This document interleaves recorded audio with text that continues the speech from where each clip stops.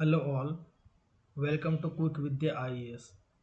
My name is Randhir Kumar and I am going to talk about Vande Mataram in this video. So we will see the Vande Mataram historically, politically and constitutionally. So Vande Mataram is not only two words but it has sparked emotional reaction, political debates and even parliamentary arguments. We all have seen the 10 hours parliamentary debates recently. So, if I ask you one simple question, is Vande Mataram a song, a slogan, or a political issue? And you will realize it is all three. So, that's why we are not going to see whether Vande Mataram should be sung or not. We will discuss its history, its relation with nationalism, identity, and the Constitution of India. So, let's jump into the video. To better understand the context, we have divided the video into four simple parts. First, the origin and the historical background of the song. Second, Bankim Chandra Chattopadhyay, who is the creator of the song, and his novel Anandamath. Third, its connection with freedom struggle. Fourth, and final, the recent parliamentary debate and the controversies. So let's check the historical background of the song. So Vande Mataram was written when India was under British rule. There was no freedom, no constitution, no voting rights. So at that time, nationalism began with culture, literature, and emotion. So this period was called Bengal Renaissance. So during this period, Indian thinker tried to rebuild the self-respect, cultural pride, and national consciousness. Vande Mataram was part of those awakening. Vande Mataram took a part in those movements. So before moving forward, we have to talk about the song of the creator, Bankim Chandra Chattopadhyay. He was born in 1838. He was the writer and the thinker of the Bengal Renaissance. He composed Vande Mataram on November 7, 1875, inspired by the emotion and the atmosphere of Bengal during the Durga Puja. Later, he included the song in his novel Anandamath, which was published in 1880. This novel describes villagers fighting against foreign rule during a famine. This novel shows India as a mother who is weak and suffering but sacred. Now let's see the freedom struggle impact, the song of impact on freedom struggle. So Vande Mataram entered Indian politics in 1896 when Rabindranath Tagore sang during the Indian National Congress session. But its real power seen during the Swadeshi movement of 1905. Vande Mataram became a rallying cry for our freedom fighters across India. People shouted Vande Mataram and boycott British good, marched in protest, even went to jail. The British government feared the song and tried to ban it, but in 1937, Indian National Congress adopted the first two stanzas for the official use. So, understanding the six stanzas, yes, structure of the Vande Mataram is essential to understand the later controversy. So, the first two stanzas praises Indian rivers, fields, its natural wealth, and these are completely non-religious and are officially accepted. The middle stanzas include reference to Hindu goddess and religious imagery. These causes caused discomfort in Muslim community leading to controversies. The last, final stanzas call for sacrifice and devotion to the nation. This inspired the freedom fighter during struggle. So this internal diversity within the song itself is the root of later debates and controversies. So this quote, Vande Mataram inspired generations of nation builders who brought together diverse sections. This quote captured the essence of Vande Mataram. During the freedom struggle, Vande Mataram united people emotionally despite differences. We all know India has lot of differences. People are from different regions, language, background, but they all felt connected through a shared idea of motherland. It created emotional unity against colonial rule, and Vande Mataram played a very vital role. It helped create a shared national identity when India was divided by caste, language, region, religion.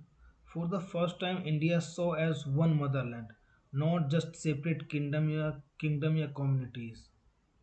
So this emotional unities hold a historical importance. So let's quickly understand the journey of Vande Mataram. So song was composed in 1875 as a literary work. In 1937, Congress takes a political decision and accepted the first two stanzas for the official use. In 1950, the song was given constitutional recognition. In 2025, the current debate resurfaced in the parliament.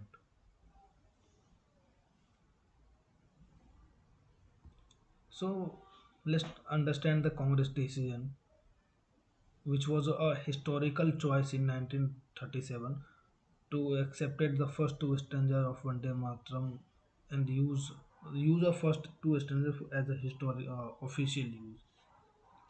In 1937, Congress formed a committee to decide how Vande Mataram should be used. The committee decided only first two stanzas will be used officially, and they acknowledge the religious concern. They understand that mainly Muslim communities might get hurt, and they prioritize the nationality. They choose unity, and this decision was an attempt to balance the patriotism with inclusivity in a diverse society. But recently, in 2025, the Bande Mataram completed 150 years. This anniversary revived old debates. Was 1937 decision correct? Should the full song be promoted today, or should a status quo continue? History returned to the center of politics, and these questions reached parliament. But there are religious perspective to the song. Different communities experienced Vande Mataram differently. Most Hindus most Hindus saw it as both patriotic and spiritual, while some Muslim leaders objected to the later stanzas because Islam does not permit goddess worship. The controversy arose from different ways of interpreting symbols, shaped by different religious traditions. And this difference of interpretation over time become a source of long-term debate in Indian politics and society.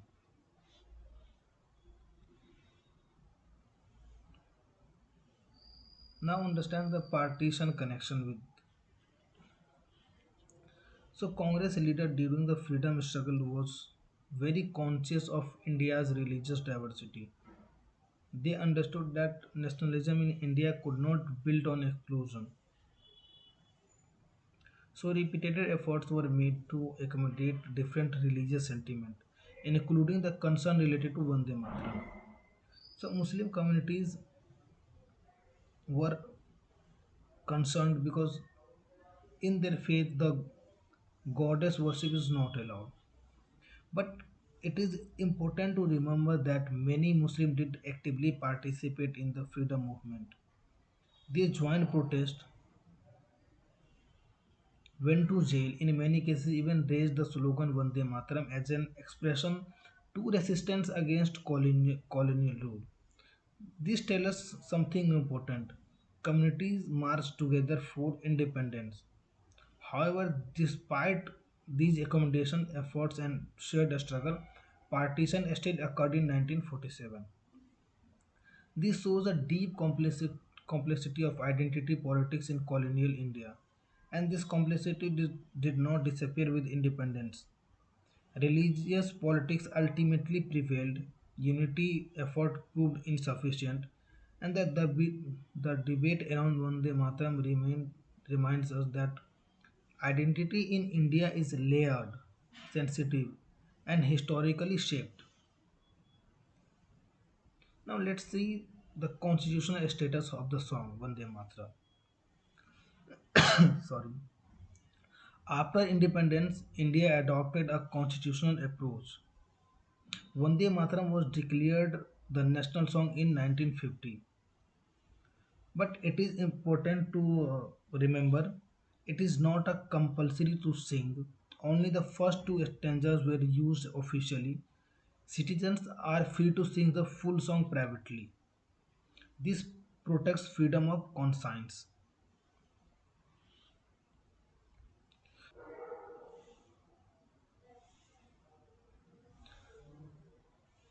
Now see current political positions of the different political party on the Vande Mataram. So the debate around Vande Mataram is shaped largely by the political interpretation of history. Different political parties read the same historical event in different ways. BJP argues that Vande Mataram should be respected in its entirety, and the earlier restriction weakened the powerful national symbol.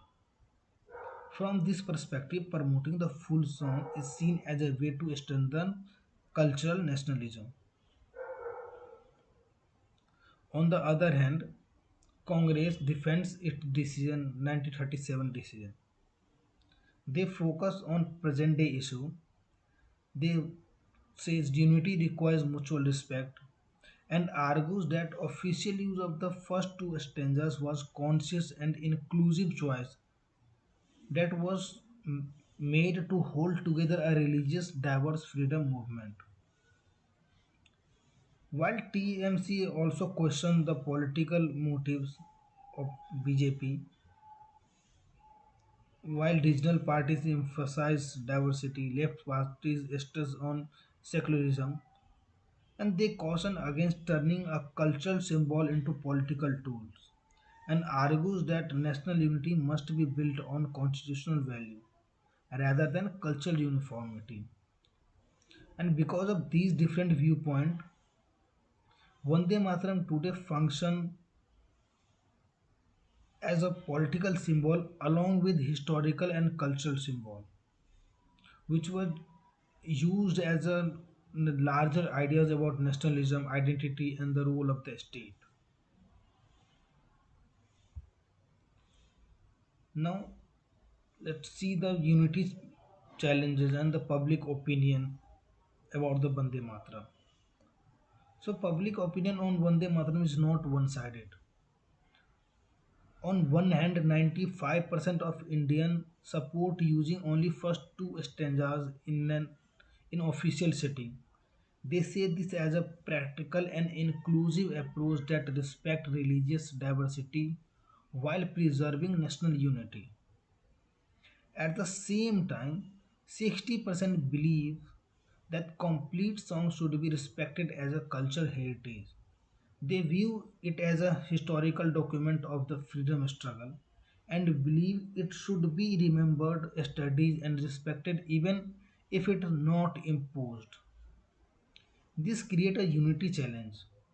Different sections of society attach different meaning to the same symbol. Some attach its emotional, cultural, and the constitutional meaning. This also reveals a unity framework unique to India. Indian society, by and large, does not demand extremes. Instead, they prefer balance, respect without compulsion, pride without exclusion, unity without uniformity. And this balanced approach is precisely what has allowed a diverse society like India to hold together despite deep differences.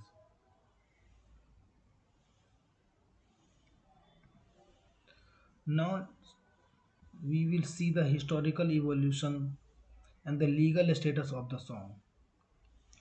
So Vande Mataram journey closely reflects India's own journey as a nation from composition in 1875 to becoming a national song. It began as a literary creation in 1875. So it is a song that restored pride, self-respect and emotional unity at the time when India had no political voice. It took a part in freedom struggle, became a rallying cry during the freedom movement. It mobilized people across region and community against the colonial rule.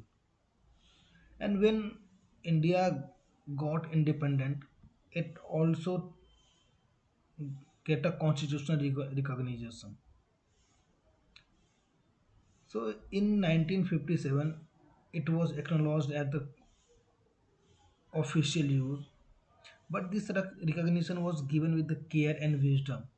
The constitution respected the emotional and the historical importance of Vande Mataram, while ensuring that its use remained inclusive, voluntary, and non-coercive.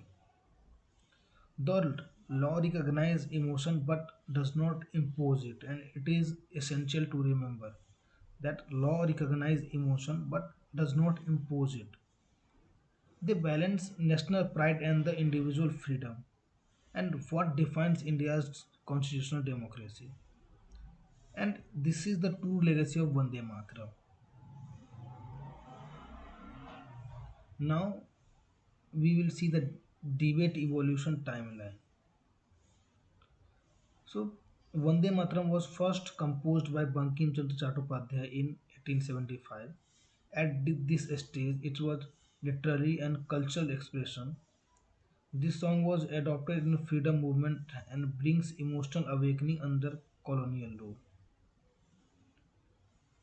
Then its political recognition during the freedom struggle. As the freedom movement grew, it entered in the realms of politics. Congress committee decided to include the first two stanzas in 1937. This addresses religious concern, they prioritize unity, and the third was constitutional status. After independence in 1950, Vande Mataram was recognized as the national song of India. However, constitutional wisdom ensured balance. Only the first two stanzas were adopted for official use, and there was no compulsion to sing. The stage reflected India's commitment to freedom of conscience and inclusivity. The modern and the last stage in the contemporary India, Vande Mataram is often discussed through the lens of identity politics. Different political groups interpret its history differently. The song has become part of larger debate about nationalism, secularism, and the cultural identity. Each stage reflects the priorities and challenges of its time, from freedom to unity to democratic balance. So now we let's see the recent debate, parliamentary debate. In 2025, Vande Mataram completed 150 years since its composition. And what could have remained a moment of historical reflection, but it triggers a fresh round of debate. This anniversary brought back historical issue into parliament and political party revisited on all decision and offered a competing interpretation of history. Argument that has been settled resurfaced, now framed through contemporary political narrative. PM Modi criticized Congress' historical decision. Congress defended 1937 accommodation approach completely, and Congress questioned timing of debate now. While it is also need to remember that media attention has increased sharply, television debates, opinion columns, and social media discussion amplify the issue. As a result, public opinion appeared divided. Some viewed the renewed discussion as a necessary re-examination of national symbol, while others felt it was an unnecessary revival of old controversies that could disturb social harmony. This moment highlights an important reality. Historical symbol gain new meaning in new political context. In the early year of freedom struggle and constitutional making, Indian leaders were deeply aware of the country diversity. They understood that national symbol must be unite, not exclude. So their decision in 1937 and 1950 was guided by compromise, inclusion, and sensitivity to freedom of conscience. They emphasized that holding together as a diverse nation was important. However, current argument has shifted and framed around how history should be interpreted, whether past compromise were necessary or excessive, and what kind of nationalism India should project today. Different political parties highlight different aspects of same history to support their present their position. As a result, the debate is no longer only about Vande Mataram itself, but about identity, nationalism, and political narrative.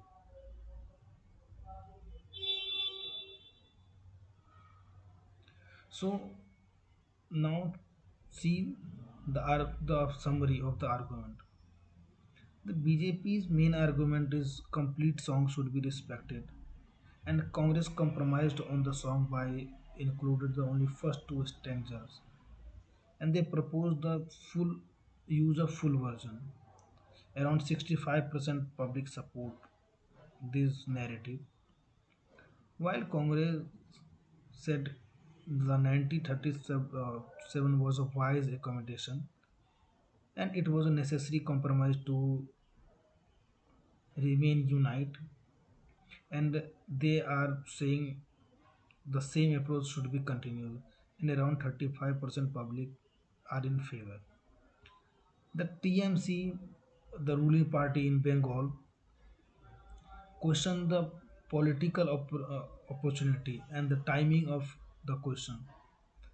Their motives are because Bengal election are nearby, so they questioned the motives of BJP, and they said political parties should focus on development, and around 25% people are in support. While regional parties are saying we should respect diversity, the context matter because everybody interpret the same history in different aspect, and they are saying that maintain a status quo, and 40% people are supporting. So, what will be the impact on the Vande Mataram debate? So, the debate around Vande Mataram goes far beyond the song. It's it reflects a deeper question about India as a nation.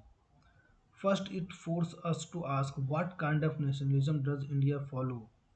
It is cultural nationalism rooted in shared traditions, या constitutional nationalism based on right, freedom, या inclusion. Second, the debate raises the question of how history should be interpreted. Should historical decisions be judged only by present day standard? Yes, should they be understood within the context of their time and challenges? Third, it tests the strength of national unity. Can unity survive when historical symbols are repeatedly politicized and used to score ideological points? These questions matter because they shape public discourse, political behavior, and the everyday relationship between citizen and the state. So, in this sense, Vande Mataram debate is not about the past alone. It is about the future direction of Indian democracy. Now, let's see the future consideration. The way forward in debates like Vande Mataram is not confrontation but understanding. So, there are two aspects. One is practical aspect and other is social harmony. So, constitutional provision need clear interpretation. Like we have seen different political parties are interpreting history differently. We should also focus on educational curriculum. Citizen, especially student, must be taught the complete historical and constitutional context of national symbol, not just slogan. So they should understand the reasoning behind past decision. And media coverage should be the balanced reporting. And this will lead to the social harmony as well. The religious sentiment will be respectful during the dialogues. Dialogues is also essential. Disagreements are natural, but what matters is creating a space where different viewpoints can be discussed respectfully without labeling a suspicion. So, youth education need inclusive approach, and in the last, the legal framework. We must remain anchored in constitutional value. Constitution provides a framework where unity is built through liberty, equity, and freedom of conscience. So national symbols should inspire pride, not fear. They should unite citizens, not test their loyalty. So solution does not lie in forcing symbols, but in nurturing shared understanding and voluntary respect. I think we are also covered these two slides. So, so Vande Mataram is not a song. It's a mirror reflecting India's struggle, compromises, and democratic value. So we are done for this lecture. Thank you so much for listening with this patience. Thank you so much.